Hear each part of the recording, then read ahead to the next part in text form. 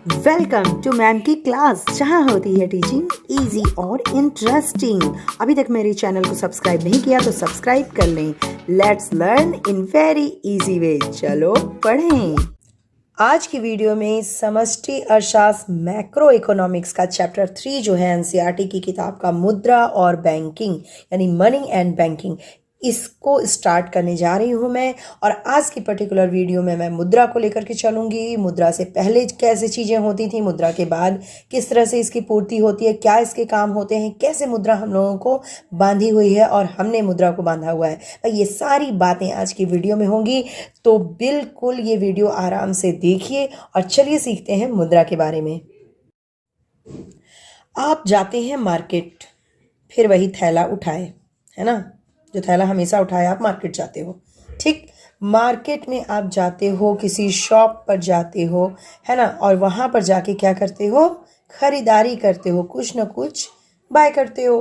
तो जब ये खरीदते हो तुम, मान लो कि आपने एक पानी का बॉटल खरीदा या कोई भी सामान खरीदा, उसके बदले आप क्या देते हो? यस, मनी देते हो। और तो कुछ दे नहीं सकते ना उसके बदले, तो आप मनी देते हो। अगर आपने कहा, मान लीजिए कि भैया इसके बदले तुम पैसे मत लो, मैं तुम्हें एक कपड़ा दे देता हूँ, ठीक है, कपड़ा दे देता हूँ, क्या वो जो दुकान वाला है वो एग्री होगा? बिल्कुल नहीं होगा, गुस्सा आएगा, बोलेगा बहुत कपड़े हैं मेरे पास, जाओ भागो, मुझे मनी चाहिए। ठीक, अब ये मनी हर जगह आप जाते हो, बस में कहीं तो वहाँ पैसे देते हो, आप कहीं से आते हो, परिवहन यानी कि जो भी ट्रांसपोर्ट है उसके पैसे देते हो, घर में कहीं रहते हो अगर किराए पे, उसके पैसे देते हो, सब्जी के लिए, दूध के लिए, राशन के लिए, हर चीज़ के लिए आप क्या देते हो? ये मनी देते हो। ठीक, कभी सोचा है आपने इसके बारे में, मनी आई कहाँ से?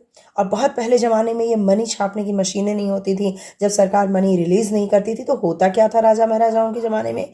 आपने ज़रूर फिल्मों में देखा होगा स्वर्ण मुद्राएं, जो कि राजा अपने थैले में से निकालता है या कोई भी जो है अपने थैले में से निकालता है और झनझनाते हुए नीचे डाल देता है। आपने सोचा है ये भी मुद्रा है, उस समय की मुद्रा। ठीक, तो ये मुद्रा की बात हो गई। अब हम यहाँ पर देखेंगे कि ये मुद्रा जो आज हमारे हाथ में, आपके पॉकेट में है, घर की तिजोरी में है, अलमारी में है, वो आखिर आई कहाँ से, इसकी ज़रूरत कैसे पड़ी और इस मुद्रा की इतनी वैल्यू क्यों है? आपने कभी अपने घर में अपने बड़ों से या बुजुर्गों से या दादी या नानी या कोई भी जो पहले ज़माने का, उनसे आप कभी पूछिए, उनसे पूछिए ज़रा कि पहले ज़माने में क्या होता था, किस तरह से मुद्राएं चलती थी, किस प्रकार की मुद्राएं चलती थी। आप अगर मुझे लगता है 10 पैसे जो इस तरह से होते थे, या 20 पैसे और 5 पैसे, मैंने तो 5 पैसे भी देखे हैं। ठीक है, तो इस तरह के पैसे पहले चला करते थे, सिक्के चलते थे, सॉरी, पैसे यानी कि सिक्के चलते थे। तो ये जो सिक्के थे अब नहीं चलते हैं। कुछ दिन पहले आपको मालूम है कि कुछ नोट थे वो चलते थे, वो अब नहीं चलते हैं।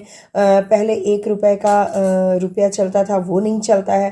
तो ये मुद्राएं परिवर्तित होती रहती हैं। अब हम पीछे से पीछे जाते हैं, हम आगे नहीं जाएंगे, पीछे से पीछे। जब हमारे दादी दादा या नाना नानी का समय था, उस समय क्या चलता था? पहले के वक्त में वस्तु विनिमय चलता था। वस्तु विनिमय यानी किसी के पास अगर गेहूं ज़्यादा हो रहा है तो वह गेहूं एक टोकरी ले जाएगा और दे देगा सब्जी वाले को, और सब्जी वाला उसे इसके बदले सब्जी दे देगा। ठीक है, सब्जी वाले ने क्या किया, सब्जी दे दिया, आलू दे दिया, प्याज दे दिया, जो भी है। ठीक है, और गेहूं वाले, सब्जी वाले की जो गेहूं की चाह है या फिर गेहूं का जो उपभोग ये करना चाहता है वो यहाँ से पूरा हो गया, गेहूं वाले का सब्जी वाले से हो गया। इसी तरह अन्य चीज़ों का होता है, अगर चीनी है तो चीनी आप दे दो, उसके बदले आप ब्रेड ले रहे हो, है ना। तो यहाँ वस्तु विनिमय होता था, वस्तु से वस्तु का विनिमय होता था।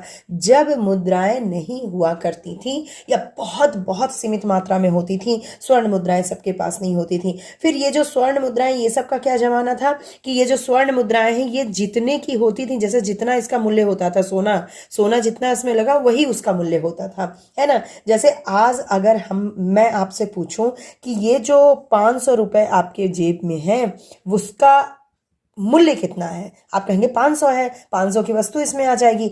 लेकिन मैं कहूंगी इसको बनाने में लागत कितनी लगी है, आप कहोगे कि शायद 1 या 2 रुपए। एक कागज ही तो है और इसमें प्रिंटिंग किया हुआ है, लेकिन सरकार द्वारा इसे प्रमाणित किया गया है। ठीक है, इसे सरकार द्वारा जब प्रमाणित किया गया कि ये 500 रुपए के बराबर होगा, तो यहाँ पे क्या है, लागत इसके प्रमाणित करने के कारण हुआ है। लेकिन पहले जो स्वर्ण मुद्राएं या सिल्वर की मुद्राएं होती थी, चांदी की मुद्राएं, वो अपना जो वैल्यू है उसको समाहित किए रहती थी।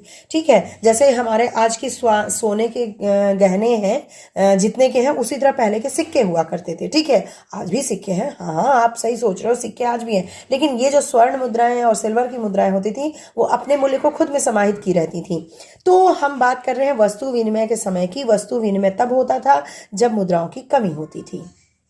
इस तरह से वस्तु विनिमय को हम लोग प्रत्यक्ष विनिमय भी कहेंगे। भैया प्रत्यक्ष ही तो है, हम गए सब्जी लेने और हमने गेहूं दे दिया, सीधे सीधे जो वस्तु चाहिए थी उसका विनिमय। अब यहाँ जो हमारा नोट वाला है, जो अभी हमारा विनिमय होता है, मुद्रा विनिमय, वो अप्रत्यक्ष होता है, क्योंकि हमारे पास नोट है, चाहे हम सब्जी में उसे व्यय करें चाहे ब्रेड में, वो हमें नहीं मालूम चलता है, देने वाले को भी नहीं मालूम चलता है। जैसे आप कहीं से आ रहे हो, बस वाले को दे दिया आपने 10 रुपए किराया, तो 10 रुपए का वो क्या खरीदेगा ये आपको थोड़े ना मालूम है। लेकिन वस्तु विनिमय में ये मालूम है कि एक वस्तु से दूसरी वस्तु जा रही है, इस दूसरी वस्तु की उन्हें चाह है। ठीक है, तो यहां पर वस्तु विनिमय क्यों चलता था, कैसे चल जाता था, कुछ चीजें थी, यानी उनको कहेंगे हम कि कुछ दशाएं थी, है ना, कुछ दशाएं थी, या इसको कह सकते हैं कुछ शर्तों पर ही ये चलता था। तो कुछ शर्तें थी, वो शर्तें क्या थी? सबसे पहले तो दो पक्षों की उपस्थिति होती है। ठीक है, दो पक्ष की उपस्थिति इसको कह सकते हैं। मतलब यह कि दो पक्ष तो उपस्थित होने ही चाहिए। भैया एक गेहूं लेके आया, एक सब्जी लेके आया, यानी दो पक्ष होने चाहिए, कोई एक अकेला इसको नहीं कर सकता है। ठीक है, दो पक्ष होते हैं। दूसरा, आवश्यकताओं का दोहरा संयोग। यहाँ पे क्या है, आवश्यकताएं क्या होंगी? आवश्यकताएं दोहरी संयोग की होंगी। संयोग, अब देखिए मेरी बात समझिए, यहां पर सब्जी वाले को गेहूं चाहिए था, ठीक, और गेहूं वाले को सब्जी चाहिए थी, ये संयोग मिल गया। जरूरी नहीं था गेहूं वाले को सब्जी ही चाहिए थी, हो सकता है इसको कुछ और भी चीज चाहिए, लेकिन यहाँ संयोग मिल गया, इन दोनों का कोइंसिडेंट मिल गया कि इन दोनों को जो चीजें चाहिए वो इन दोनों के पास उपलब्ध है। तो यहाँ आवश्यकता है, लेकिन दोहरा भी है और संयोग है इसका। तो आवश्यकताएं दोहरी संयोग की होनी चाहिए, यानी कि जो इन्हें चाहिए वो इनके पास हो और जो इन्हें चाहिए वो इनके पास हो, तभी तो वस्तु विनिमय होगा, है ना। यहाँ पर क्या है कि हमारे अभी भी, आप थोड़ा कंपेयर करते हुए मैं आपको बता रही हूं कि अभी जो मुद्रा वाली बात है, जो अभी की आज के युग में मुद्रा है, तो आप जिसे मुद्रा देते हो किसी चीज के बदले, आपको चाहिए ब्रेड, आप गए ब्रेड वाले के पास, आपने पैसा दिया, लेकिन आपने पैसा दिया, पैसा तो सबको चाहिए, क्यों? क्योंकि वो पैसा एक बिचौलिए के तौर पे काम करता है। पैसा क्या है? एक बिचौलिया है, इससे आप कुछ और ले सकते हैं। अब क्या पता ब्रेड वाला जो शॉपकीपर है वो उससे कुछ और ले ले, पान ले ले, सिगरेट ले ले, या फिर हो सकता है उससे चीनी ले ले, राशन ले ले, तो इसको किसी में भी वो लगा सकता है, ये एक बिचौलिए के तौर पे काम करता है। ठीक, तो यहाँ पे दोहरे संयोग की जरूरत नहीं है, लेकिन वस्तु विनिमय में दोहरे संयोग की जरूरत होती है। ठीक, अब तीसरा जैसे हम कर सकते हैं यातायात के साधनों का अभाव। इसमें क्या होता है कि यातायात के साधन नहीं है तो दोहरा संयोग होगा, यातायात नहीं, इसका जब अभाव होता है तो अब क्या होता है कि जो एक मान लो मंडी है, इसमें दूसरी मंडी में नहीं जा सकते, तो यहाँ जो लोग हैं एक दूसरे की जो आवश्यकताएं हैं उसकी पूर्ति करते हैं। तो पूर्ति एक ही जगह, एक ही स्थान पर होती है। जब एक ही स्थान पे होती है तो वस्तु विनिमय की जरूरत होती है, यातायात होता नहीं है। ठीक, उसके बाद सबसे जो कंपलसरी है कि मुद्रा का भैया अभाव होगा, मुद्रा का अभाव या मुद्रा न्यून होगी, तभी ये चीज़ हो सकती है कि वस्तु विनिमय हो, और पहले के ज़माने में यही चीज़ ही था। दूसरी एक बहुत चीज़, ये संयोग जो है बार बार मिलेगा नहीं, ये दोहरा संयोग बार बार मिलेगा नहीं, तो लोग क्या करते थे, अपनी आवश्यकताओं को सीमित कर लेते थे। यानी उस युग में आप बात करेंगे जब अपने बुजुर्गों से, तो आपको खुद समझ में आएगा कि उस समय की जो आवश्यकताएं थीं वो सीमित हुआ करती थी, कम हुआ करती थी। ठीक है, ऐसा नहीं कि जैसे कि गेहूं ले लिया आपने, सब्जी वाले ने गेहूं ले लिया, गेहूं की वो रोटी बना रहा है, ब्रेड बना, जो बनाना है वो इसका बना लेगा। लेकिन अब क्या है कि गेहूं से हम लोग रोटी बना रहे हैं, दूसरी चीज़ हम फिर खरीद लाएं, तीसरी चीज़ हम फिर खरीद लें, हालांकि वो गेहूं से ही सारी चीज़ें बनी हुई हैं। लेकिन आज हमारी आवश्यकताएं भी असीमित हो गई हैं, बहुत ज़्यादा हो गई हैं, और उस समय आवश्यकताएं क्या थी? सीमित हुआ करती थी। ठीक है, तो आवश्यकताएं सीमित थी, तभी वस्तु विनिमय जो था हमारा क्या था? सक्सेसफुल था। ओके, अब वस्तु विनिमय जो प्रत्यक्ष विनिमय है, इसमें आप ये सोच रहे होंगे कि ये क्यों चला गया, क्यों नहीं था, कुछ तो कमियां रही होंगी। भैया कमियां तो थी, लेकिन फिर भी पहले हम देखते हैं इसके लाभ क्या थे जो ये इतने दिन चला। या फिर जैसे होता है ना कि किसी चीज़ में कमियां निकाल के उसको हमने हटा तो दिया, लेकिन कुछ ना कुछ तो उसमें अच्छाई रही होगी, कुछ ना कुछ लाभ रहे होंगे, तो इतने दिनों तक पहले ज़माने में ये चलता रहा। तो इसके लाभ क्या है ये हम जरा देख लेते हैं। सबसे पहले तो ये उत्पादक को बहुत संतुष्ट करता था। उत्पादक को किस लिए संतुष्ट करता था? जैसे एक किसान है, गेहूं का उत्पादन कर रहा है, तो अगर ज़्यादा गेहूं हो गया तो वो उस गेहूं को दे करके उसके बदले अपने इस्तेमाल की चीज़ें ले लेता था, अपने उपभोग की चीज़ें वो खरीद सकता था। तो इनके पास जो एक्स्ट्रा चीज़ें बच जाती थी, एक्स्ट्रा जो उत्पादन बच जाता था, वो उसका उपयोग करके दूसरी चीज़ें ले सकता था। तो ये उत्पादक का कोई भी माल जो है वो बिना यूज़ के नहीं रह जाता था, बिना बिके नहीं रह जाता था। सरल प्रणाली है, ये तो आपको बिल्कुल ही दिख रहा होगा कि ये कितनी सरल प्रणाली है कि जो चाहिए और जो आपको चाहिए सीधे सीधे हम एक दूसरे से अदला बदली कर लें, है ना। दोनों पक्ष लाभान्वित होंगे ही भाई। जिसको जो चाहिए उसे वो चीज़ डायरेक्ट मिल जा रही है, बिना किसी झंझट के मिल जा रही है, सीधे सीधे, तो दोनों पक्ष लाभान्वित हो रहे हैं। मांग व पूर्ति के मध्य संतुलन होता है। वही बात उसी, ये जो चीज़ है उसी की दूसरी तरह से है बात की मांग व पूर्ति के मध्य संतुलन रहता है। जितना उन्होंने मांगा, जितना पूर्ति है, उनके बीच एक संतुलन हो जाता है, ठीक है। विदेशी व्यापार को प्रोत्साहन। विदेशी व्यापार को कैसे प्रोत्साहन? देखिए, हमें क्या चीज़ चाहिए। मान लीजिए हमारे देश में कमी हो रही है, गुड़ की कमी है, चीनी की कमी हो रही है, तो हम क्या करेंगे? विदेशों से ले आएंगे। हालांकि गुड़ और चीनी की कमी नहीं हो सकती है, कोई भी चीज़ ऐसे मान लीजिए कि टायर या प्लास्टिक के टायर या फिर कोई भी चीज़ ऐसी हो, सिल्क के कपड़े या फिर कोई भी कॉटन कपड़े, इसकी कमी हो रही है, तो हम क्या करेंगे? इसको हम वस्तु के रूप में देख रहे हैं कि ये चीज़ हमारे यहाँ कमी हो रही है, तो हम विदेशों से उसको, उसी विदेशों में भी उस देश से हम यहाँ पर करेंगे व्यापार, जिससे हमारी इस वस्तु की पूर्ति हो, ठीक। तो विदेशी व्यापार को इससे प्रोत्साहन मिला। पारस्परिक संबंधों में प्रगाढ़ता। यहाँ पे लोग जब एक सीमित जगहों में रहते थे और वहाँ पे वस्तु विनिमय करते थे, तो उनके बीच में एक प्रगाढ़ता होती थी कि भैया को ये चाहिए, और हमारी जैसे हमने गेहूं उपज किया तो हमारे गेहूं जो एक्स्ट्रा होगी वो उन महाशय को चाहिए। तो लोगों में परस्पर प्रगाढ़ता होती थी। यहाँ पे मुद्रा बीच में नहीं आती थी, यहाँ कोई भी बिचौलिया नहीं होता था, लोग एक डायरेक्ट जुड़े रहते थे एक दूसरे से, तो संबंध में प्रगाढ़ता होती थी। फिर धन के केंद्रीकरण की संभावना नहीं। भाई धन कैसे केंद्रित होगा? सारी चीजें केवल आवश्यकता, देखो आवश्यकता हुई तब हम जा करके ले आए और उसको आवश्यकता उपभोग करके खत्म कर दिया, तो यहाँ केंद्रीकरण तो होगा नहीं, तिजोरी में रखने के लिए कुछ रहता ही नहीं था, ठीक है। तो केंद्रीकरण संभावना ही नहीं थी। मुद्रा प्रणाली की विसंगतियों की कमी। मुद्रा प्रणाली की कई विसंगतियां हैं, जैसे मुद्रास्फीति है, अवस्फीति है, कर वंचन है, तो ये सब मुद्रा प्रणाली की ही विसंगतियां हैं, ठीक है। तो ये चीजें नहीं हुआ करती थी। तो ये सारी चीजें जो है हम लाभ के तौर पे वस्तु विनिमय की देख सकते हैं।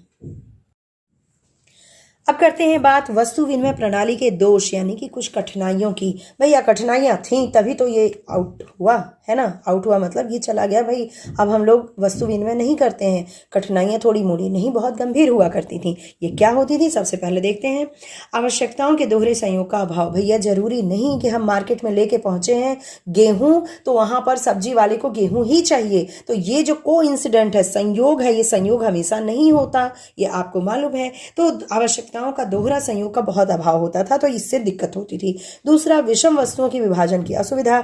आपको जाना था, मान लो उस समय बैलगाड़ियां चलती थी, घोड़ा गाड़ी चलती थी, आपको कहीं जाना है, आपके पास क्या है, तो मान लीजिए आपके पास है बकरी है, ठीक, और बकरी को आप लेके चले, बोले घोड़े जो साधन है उससे बोले कि भैया बकरी ले लो, हमें यहाँ से यहाँ जाना है। या फिर आप मान लीजिए कि आपके पास बकरी है, ठीक, बकरी है आपके पास और आप जाते हो गेहूं लेने। आपको गेहूं चाहिए मान लीजिए कि 1 kg या 5 kg, मान लो 5 kg गेहूं चाहिए, लेकिन बकरी तो बहुत महंगी है 5 kg गेहूं से। तो भैया आप कैसे बकरी को आधा तोड़ करके दे दोगे गेहूं वाले को? दे सकते हो? नहीं दे सकते। तो कुछ चीज़ों का तो विभाजन जो है विषम वस्तुओं का बिल्कुल ही इसमें असुविधा होती थी। एक दूसरे से जो मिलाने में, एक दूसरे के विनिमय की जो वैल्यू है वो मिलाने में असुविधा होती थी। फिर है मूल्य निर्धारण में कठिनाई। वही बात कि मूल्य निर्धारण में कठिनाई होती थी। मान लीजिए कि एक आपके पास से गेहूं, आप 1 केजी गेहूं लेकर के जा रहे हो, आपको नहीं मालूम कि आपको कपड़ा लेना है तो 1 केजी के बदले कितना कपड़ा मिलेगा ये आपको नहीं मालूम होती। जिसकी जैसी गरज होती थी वैसे उसको दे दिया जाता था। अगर आप हो सकता है कि 10 किलो गेहूं लेके 1 गज कपड़ा दिया जाए, किसी को 1 किलो, तो यहाँ पर केवल गरज के ऊपर सारा मार्केट टिका रहता था, डिमांड के ऊपर। गरज का मतलब डिमांड के ऊपर। अब यहाँ पे निर्धारण नहीं कोई हो पाता था फिक्स। ठीक। मूल्य संचय की कठिनाई, भैया तिजोरी में क्या रखेंगे, जो गेहूं लाए वो तो नहीं रखेंगे। तो यहाँ पे जब मुद्रा हुआ नहीं करती थी तो मूल्य संचय की कठिनाई। और जबकि मूल्य संचय बहुत जरूरी होता है, कभी ऐसे कोई काम पड़ गया, आप सीधे मान लो आपको डॉक्टर वैद्य के पास जाना पड़ जाए, तो क्या आपके पास जो गेहूं है उसकी टोकरी भर के भागोगे कि भैया ये ले लो? अब मान लो वैद्य को गेहूं ना चाहिए तो, है ना? तो मूल्य का संचय जो कि जरूरी है, उसकी कठिनाई उस समय बहुत हुआ करती थी।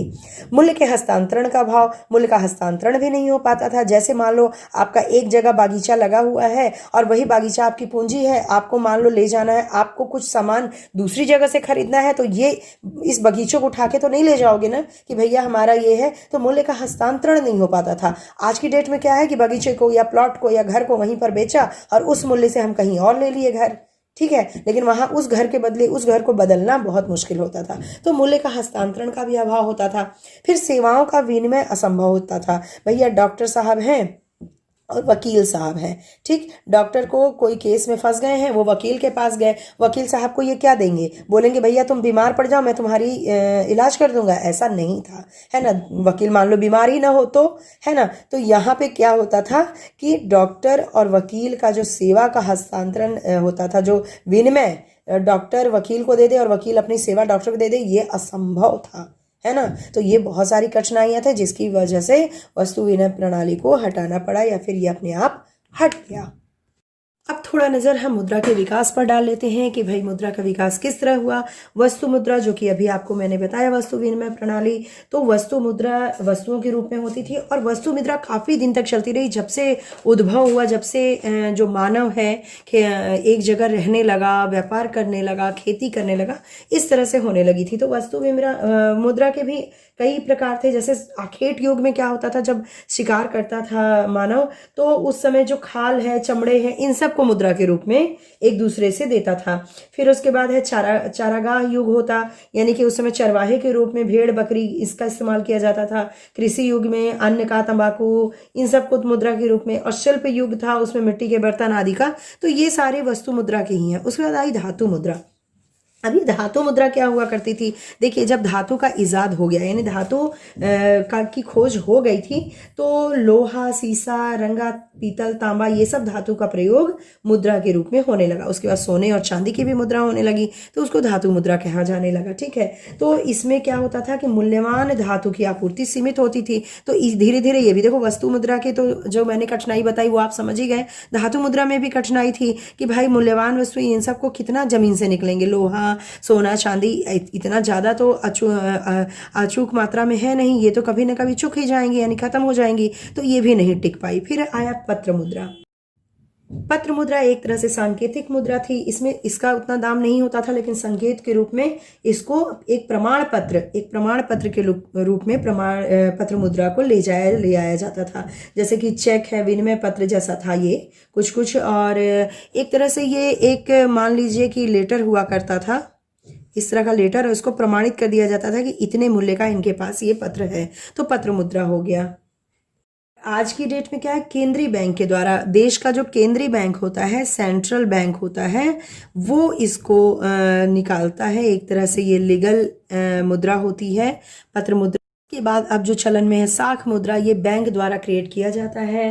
और विश्व के कुछ देश जो हैं वो बहुत तेजी से जब विकास किए तो इसमें बैंकिंग का विकास हुआ, और यहीं पे आ जाती है हमारी क्या, बैंकिंग। ठीक है।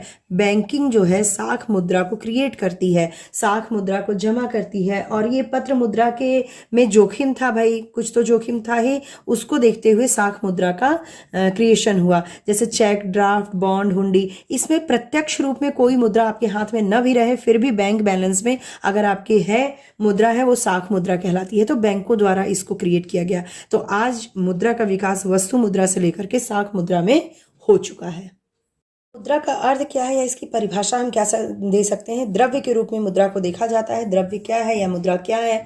तो बहुत सारी परिभाषाएं हैं, आपकी किताबों में होंगी, आपको मिल भी जाएंगी।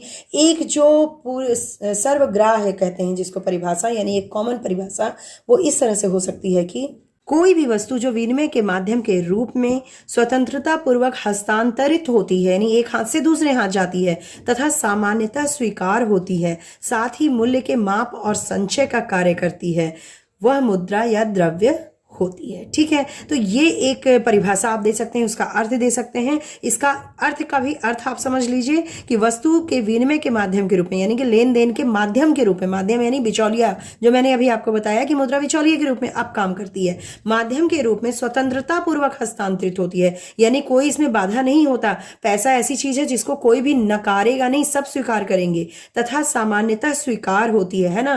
कहीं पैसा फेंका भी हो तो लोग उसको दौड़ते हैं उठाने के लिए, कहीं चेक स्वीकार होता है नहीं होता, लेकिन मुद्रा हर जगह स्वीकार होती है। साथ ही मूल्य के माप, यानी कि किस चीज का कितना मूल्य है उसका माप करती है, और संचय यानी कि आप तिजोरी में करके रखो, सेविंग करो, उसका किसी चीज में लगाओ, है ना, संचय का कार्य करती है, वह मुद्रा या द्रव्य होती है। अब जरा मुद्रा के रूप पर प्रकाश डाल लेते हैं। मुद्रा का रूप क्या है, कितने प्रकार होते हैं उसके। जैसे पहला है आदेश मुद्रा। आदेश मुद्रा का मतलब कोई ना कोई इसका आदेश देगा। भैया आदेश कौन देगा? सरकार ही दे सकती है आदेश सारी जनता को, तो सरकार के आदेश द्वारा ये जारी होता है, इसे आदेश मुद्रा कहते हैं। और इसको लोग कानूनी रूप से इसको विनिमय के माध्यम के रूप में स्वीकार करने के लिए बाधित होते हैं। भाई आदेश को तो हमारी बाध्यता है कि स्वीकार करेंगे, हमारी मजबूरी है ना। तो क्या चीज है ऐसा जिसको कहती है? नोट और सिक्का। भैया नोट और सिक्का जो सरकार करे, है ना। आपको याद होगा कि मोदी सरकार ने, मोदी जी ने सीधे आके 8 बजे बोला था कि अब से 2000 के नोट नहीं चलेंगे, है ना। तो जो नोट नहीं चलेंगे, जो नोट पुराने हैं, जो नोट नहीं चलेंगे, वो आउट ऑफ तुरंत के तुरंत, ये मतलब कि बिल्कुल वो चलन से बाहर हो गए और उनकी जगह पे नए नोट आ गए। नए नोट मतलब कि वो चलेंगे ही नहीं, तो वो चले गए, है ना। तो आदेश के द्वारा जो नोट और सिक्के दिए जाएंगे उनको ही हमें स्वीकार करना होगा। ऐसा नहीं कि हमारा मन है कि भैया क्यों ये लाल रंग का नोट है या क्यों हरे रंग का 50 रुपया का नोट है, कोई और रंग हो जाए तो हम उसे रंगवा लें। ऐसा नहीं हो सकता। जिस स्थिति में आदेशित किया गया वो नोट और सिक्कों का हमें उसको स्वीकारना ही पड़ेगा। ठीक। दूसरी है न्यास या ऐच्छिक मुद्रा। ऐसा नहीं कि ये इसका ठीक उल्टा है, ना, ये ना सोचिएगा कि जो नोट नहीं पसंद वो हम कर सकते हैं इसमें। न्यास या ऐच्छिक मुद्रा, कुछ मुद्राएं हालांकि इसको स्वीकार कर लिया जाता है, लेकिन फिर भी कहीं कहीं इसका नहीं होता है। जैसे आप फीस भरने जाते हो तो बोला क्या जाता है कि ड्राफ्ट में ले आओ, ठीक है, ड्राफ्ट है या चेक है, तो जरूरी नहीं कि चेक या ड्राफ्ट ये सब जगह स्वीकार किए जाए, है ना। बैंक, हुंडी, ये सब मुद्रा के उदाहरण तो हैं, लेकिन हर जगह स्वीकार हो जरूरी नहीं। तो ये ऐच्छिक मुद्रा के रूप में हो जाती है। ठीक है, इसमें बाध्यता नहीं होती है। कोई संस्थान कह सकता है मुझे ड्राफ्ट नहीं चाहिए, चेक चाहिए, चेक नहीं चाहिए, ड्राफ्ट, तो ये अपनी इच्छा यहाँ पे थोड़ी सी थोपी जा सकती है। दूसरा पूर्णकाय मुद्रा। पूर्णकाय मुद्रा वो मुद्रा है जो सिक्के के रूप में होती है, पूर्णकाय मुद्रा कहलाती है। इस मुद्रा को जारी करते समय वस्तु का मूल्य मौद्रिक मूल्य के बराबर होता है। ठीक, वस्तु का मूल्य मौद्रिक मूल्य के बराबर होता है, यानी कि पूर्णकाय है ये यानी कि हैवी जो सिक्के होते हैं वो होती हैं, इसका मूल्य और वस्तु का मूल्य बराबर होता है। जैसे सोने की मुद्रा, चांदी की मुद्रा, है ना। अगला है साख मुद्रा। साख मुद्रा का मतलब वही जमा, चेक, ड्राफ्ट, जो भी बैंक में जमा है, यानी बैंक में जमा जो भी चीज है जिस रूप में जमा है उसको साख मुद्रा कहते हैं। पत्र मुद्रा यानी पेपर मनी, कागजी नोटों के रूप में निर्गमित मुद्रा को पत्र मुद्रा कहते हैं, यानी कि कौन सा? कागजी नोट, उसको हम पत्र मुद्रा कहते हैं। और इसका अधिकार किसको है? आरबीआई को है, यानी भारतीय रिजर्व बैंक को है इस पर। और इसमें छपा भी रहता है, जैसे 1, 2, 5, 10 जितने भी इनका नोट है वो छपा होता है, जो भी प्रचलित है। ठीक है, तो ये मुद्रा के रूप यहाँ हमने देख लिए कि 5 प्रकार के मुद्रा के रूप हैं: पत्र मुद्रा, साख मुद्रा, पूर्णकाय मुद्रा, न्यास या ऐच्छिक या आदेश मुद्रा। तो ये मुद्रा के रूप हमें जानने चाहिए, क्योंकि इससे भी 1-2 नंबर के क्वेश्चन आते हैं। अब आती है मुद्रा के कार्य की बात। मुद्रा का कार्य ये बहुत ही इंपॉर्टेंट टॉपिक है, ये दीर्घ उत्तरी में आता है। तो मुद्रा के कार्य क्या है? तो मुद्रा के मेन कार्य को हम इस तरह से एक ट्री डायग्राम के द्वारा दिखा सकते हैं। बाकी मैं जो अभी आपको बताती जाऊंगी वो आप अपने नोट्स में लिख सकते हैं। आपका अच्छा खासा नोट्स तैयार हो सकता है। पहले इसे समझ लें। मुद्रा के कार्य 4 प्रकार के मुख्य कार्य हैं। प्राथमिक कार्य, गौण कार्य, आकस्मिक कार्य और अन्य कार्य। इसको 4 भागों में डिवाइड किया गया है, कैटेगराइज किया गया है। प्राथमिक कार्य या मुख्य कार्य है इसका विनिमय का माध्यम। विनिमय का माध्यम, विनिमय मतलब लेन देन। लेन देन का माध्यम क्या है? मुद्रा होता है। हम कहीं भी जाते हैं, कुछ भी हमें लेना है, हम मुद्रा को देते हैं और वो वस्तु लेते हैं। कोई भी सेवा लेनी है, डॉक्टर, वकील या किसी की भी सेवा लेनी है, हम फीस देते हैं उसकी और उससे सेवा लेते हैं। तो मुद्रा एक माध्यम का रूप होती है विनिमय का। ठीक, इससे कोई भी कुछ भी विनिमय कर सकता है बिना रोक टोक के। मूल्य मापन की इकाई है भाई, कोई वस्तु कितनी, जैसे आप गए कपड़े की दुकान पे, आप क्या कहते हैं कि ये कितने रुपए की है, कितने रुपए की। ठीक, तो वो कहता है 300 की है। आप कहोगे नहीं भाई ये तो लगता है मुझे 250 की होनी चाहिए। तो एक जो मूल्य मापन की इकाई है वो हो जाती है मुद्रा। हमने यहाँ पे 250 कहा या 300 कहा या 500 कहा, तो वो उसके मापन का, उसका मूल्य कितना है उस कपड़े का, ये वो बताता है। हम इसके रूप में मूल्य का मापन करते हैं। किसी वस्तु की वैल्यू कितनी है वो हम मुद्रा के रूप में ही बताते हैं। जैसे कहते हैं ना वो कितना महंगा होगा, तो वो कहे हाँ 800 का होगा, नहीं नहीं 1000 का होगा। तो हम यहाँ पे उसकी वैल्यू बता रहे हैं, किसके द्वारा? मुद्रा के द्वारा। ठीक, ये तो हो गया प्राथमिक कार्य। गौण कार्य में क्या, यानी सेकेंडरी कार्य में क्या होगा? भविष्य का भुगतान। कितनी भी चीजें होती हैं हम लोग लेते हैं, उसका बाद में हम भविष्य में भुगतान करते हैं, किस्तों के रूप में देते हैं। तो भविष्य के भुगतान के लिए हम निर्धारित कर देते हैं कि भैया 500 रुपए की दर से हम EMI देंगे, हर महीने हम 500 देंगे। ठीक, तो इस तरह से हम कह सकते हैं। तो भविष्य के कोई भी भुगतान है उसको हम निर्धारित किससे करते हैं? ऐसा नहीं कि हमारे गांव में हमारे खेतों में फसल होगी तो हम देंगे, ऐसा नहीं। मुद्रा देंगे और इतनी मुद्रा देंगे। तो भविष्य का भुगतान भी निश्चित किया जा सकता है मुद्रा के द्वारा। ठीक, कोष का आधार, भैया सब लोग जानते हैं कि हमें थोड़ा सा संचय करके रखना है, कोष बनाना है। तो कोष का आधार क्या है? मुद्रा है। तिजोरियों में हम गेहूं या आवश्यकता की वस्तुएं नहीं रखते हैं, हम तिजोरियों में मुद्रा को रखते हैं और तब समझते हैं हमारे पास कितने मूल्य की चीजें, कितने मूल्य की मुद्रा है, कितना वैल्यू हमारे पास है, कितना धन है। तो कोष भी मुद्रा के द्वारा ही बनाई जाती है। मूल्य हस्तांतरण, एक मूल्य का दूसरे हाथों हाथ हस्तांतरण जो होता है वो मुद्रा के द्वारा होता है। हम गए किसी परिवहन से, हम गए कार से या फिर ट्रेन से गए, तो वहां पे हमने उसका जो अपना पैसा है उसको वहां पर दे दिया, तो मूल्य जो है वो हस्तांतरित कर दिया। किसको? किसके द्वारा? मुद्रा के द्वारा। ये मुद्रा को ही तो हस्तांतरित किया। हमने टीटी को दिया, हमने जो टिकट खरीदा तो टिकट वाले को हमने दे दिया पैसा, तो अपने मूल्य का हमने हस्तांतरण किया। किसके मूल्य का? टिकट के मूल्य का। तो यहाँ पे मुद्रा के कार्य इस तरह से भविष्य का भुगतान, कोष का आधार और मूल्य हस्तांतरण गौण कार्य के रूप में देखे जा सकते हैं। आकस्मिक कार्यों में क्या है? सबसे पहले है आय का वितरण। देखिए, आय का वितरण यानी कि जो वेतन मिलता है, मजदूर को वेतन मिलता है, भूमि को लगान मिलता है और खेतों में लगान मिलता है, तो कृषि को लाभ पैदा होता है। कृषि को कृषि में अनाज उत्पन्न होता है तो उससे लाभ होता है, या फिर उत्पादन, एक फैक्ट्री की बात करें वहां लाभ होता है। तो ये सारे जो वितरण हैं, ये जो हमने भूमि को दिया या वेतन दिया या मजदूरी दी, तो ये सारे जो है आय का वितरण हम किसके द्वारा कर रहे हैं? मुद्रा के द्वारा। मुद्रा ही यह कार्य करती है कि सबको अपने पारिश्रमिक के हिसाब से उसको आय दिया जाता है। तो आय के वितरण में मुद्रा सहायक होती है। दूसरा है विभिन्न इकाइयों का उचित मूल्यांकन। भाई कोई इकाई को कितना दिया जाए, इसका उचित मूल्यांकन भी हम मुद्रा के द्वारा करते हैं। जैसे कि हमने कहा, एक मान लो मजदूर आ रहा है, तो हमें लगा या सरकार ने निर्धारित किया है कि 600 या 500 उसको पर डे मिलना चाहिए। अगर सुबह से शाम तक इतने कार्य घंटे वो करता है कार्य, तो उसको इतना मिलना चाहिए। तो इकाइयों का उचित मूल्यांकन भी हम मुद्रा के द्वारा ही करते हैं। जैसे कपड़ा लेने जाए हम, या फिर कोई ज्वेलरी लेने जाए, गहने लेने जाए, तो वहां पे हम मूल्यांकन करते हैं मुद्रा के द्वारा कि भाई ये 10,000 का होगा या ये अंगूठी है 15,000 की हो सकती है। ठीक है, तो ये मूल्यांकन जो हम करते हैं, या तौल के हम देखते हैं कि आलू इतने रुपए किलो होगा, तो हम उसका मूल्यांकन कैसे कर रहे हैं? इतने रुपए किलो। यहाँ पे हम रुपए के द्वारा ही सारा मूल्यांकन करते हैं। साख का आधार, साख जैसे है, चेक है, हुंडी है, ड्राफ्ट है, इन सबको भी, इसमें भी हम क्या करते हैं? मुद्रा ही लिखा होता है। एक साख ऐसे होता है, साख पत्र है या फिर कोई भी चेक है, उसमें लिखा होता है 5,000 या 3,000, तब वो चेक काम करता है। समझ रहे हैं? तो साख का आधार भी मुद्रा ही बनती है। संपत्ति की तरलता, किसी के पास जमीन है, बागीचा है, उसको बेचना चाहता है, तो वह संपत्ति को तरल, या घर है कोई बेचना चाहता है, तो घर तो ठोस के रूप में हम इसको यहां से वहां नहीं ले जाते। मान लीजिए कि आप हैं यहाँ पर कलकत्ता में है और आपको ले जाना है हैदराबाद, हैदराबाद पैसे ले जाने हैं, तो ये अपने धन आपका घर है तो घर को तो नहीं ले जा सकते, तो कोलकाता से हम क्या करेंगे, इसको बेचेंगे और फिर क्या अर्न करेंगे, मुद्रा लेंगे उसके बदले, और मुद्रा को लेके हैदराबाद ले जाएंगे और वहां पे फिर खर्च करेंगे। तो संपत्ति की जो तरलता है वो किससे बनती है, हमारे मुद्रा के द्वारा बनती है। निर्णय का आधार, भाई कोई हमें निर्णय लेना है तो हम संपत्ति के रूप में ले सकते हैं और वो संपत्ति मुद्रा के रूप में हो तो हमें निर्णय का आधार हो जाए। जैसे हमने यहाँ घर बेचा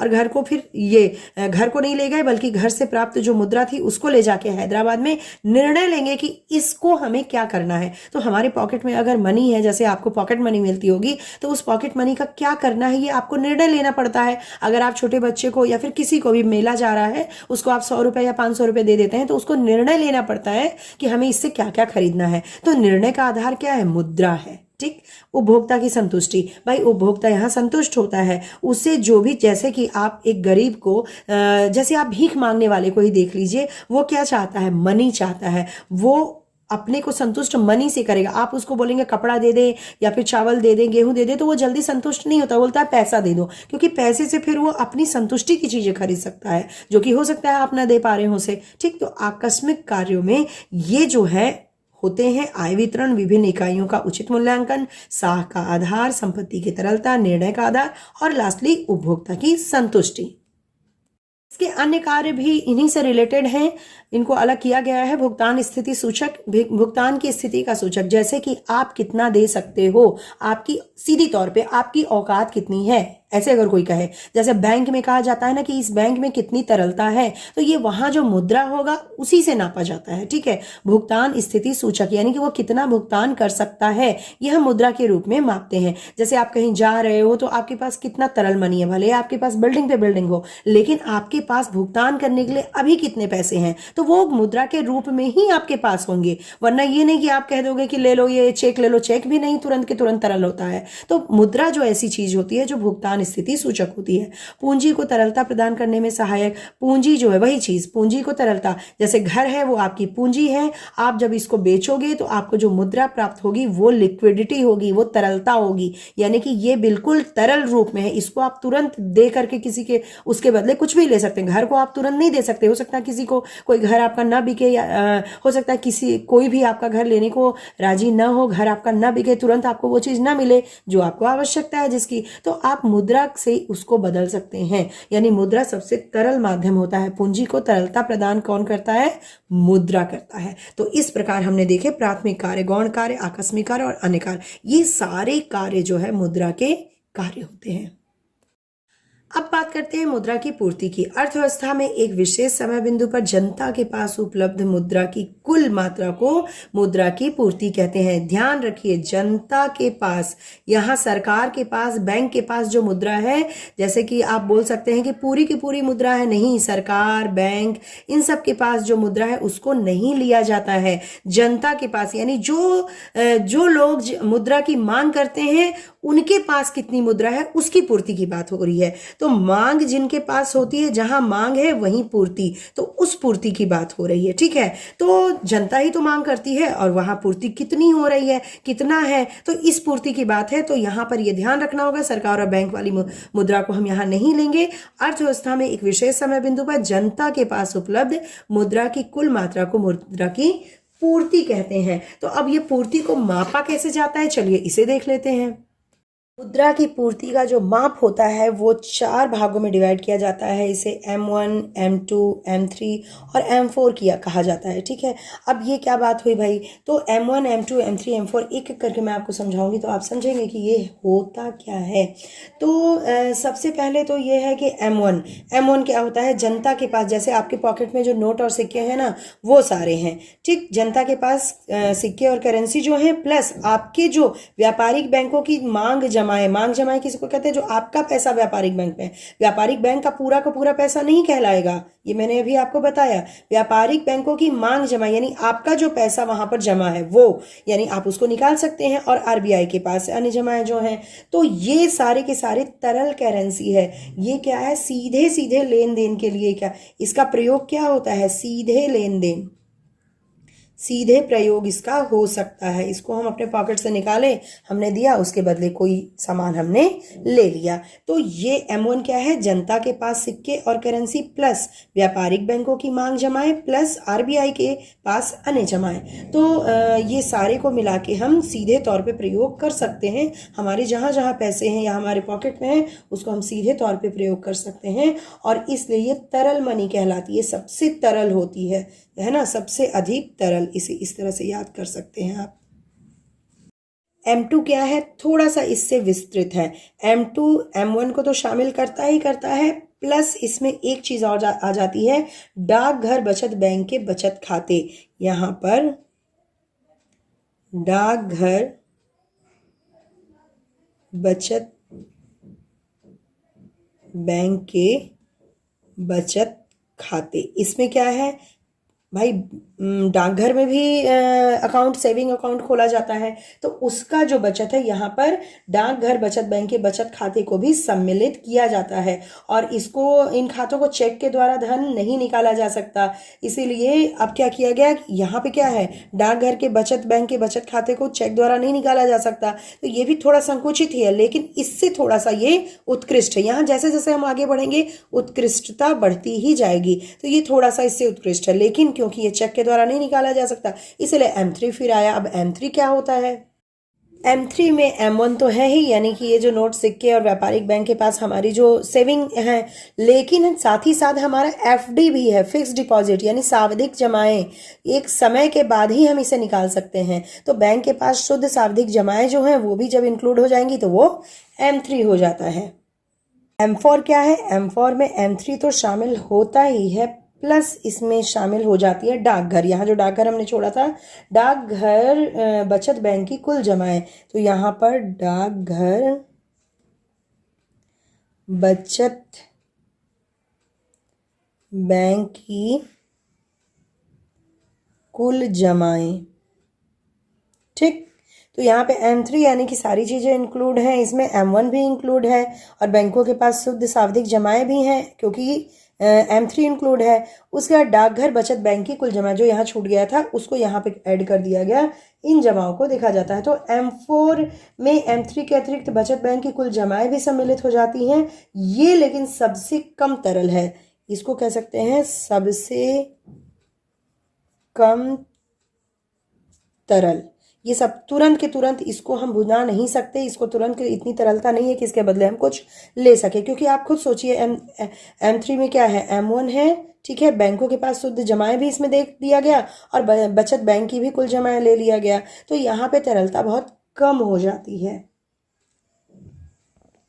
यहाँ पे कुछ नाम से भी हम इनको कह सकते हैं, जैसे कि M1 है, संकीर्ण मुद्रा है, ये भी संकीर्ण मुद्रा है, ये व्यापक है और ये भी व्यापक मुद्रा है, ठीक। ये दोनों व्यापक मुद्रा है, बहुत सारी चीज़ों को समेटती हैं अपने में, तो इन दोनों को हम व्यापक मुद्रा में ले सकते हैं, इन दोनों को हम संकीर्ण मुद्रा में ले सकते हैं, है ना। और फिर जैसे तरलता की बात की जाए तो ये सबसे अधिक तरल है, ये इससे कम है, ये इससे कम है और ये सबसे कम है। तो आज की वीडियो में बस इतना ही, फिर हम मिलेंगे ये चैप्टर, आज की वीडियो में इतना ही। पार्ट 2 में हम देखेंगे बैंकिंग के बारे में, क्योंकि मुद्रा के बारे में इस पार्ट में हमने A to Z सब जान लिया, कहाँ से आई मुद्रा, कहाँ गई और किस स्थिति में हमारे पास इसके मुख्य कार्य क्या हैं। तो ये सारी चीज़ें हमने जान ली मुद्रा के बारे में। अब बैंकिंग को पढ़ना है और पार्ट 2 का इंतजार कीजिए, उस वीडियो में बैंकिंग के बारे में मैं बताऊँगी। ये वीडियो आपको कैसी लगे, अगर अच्छी लगे तो लाइक ज़रूर कीजिएगा, कोई नया हो तो भाई सब्सक्राइब जरूर किया कीजिए, और सब्सक्राइब करने के बाद ना जो वो बेल आइकन होता है उसको ऑल पे ज़रूर प्रेस कर दिया कीजिए, क्योंकि इसी टाइप की वीडियोस, इंटरेस्टिंग सी टीचिंग आप तक पहुंचती रहेगी मेरे वीडियोस के द्वारा। और कोई भी प्रॉब्लम हो, कोई भी क्वेरीज हो तो आप कमेंट बॉक्स में कमेंट तो कीजिए ही कीजिए, ठीक है। चलिए मिलते हैं अपनी अगली वीडियो में। Good bye and take care.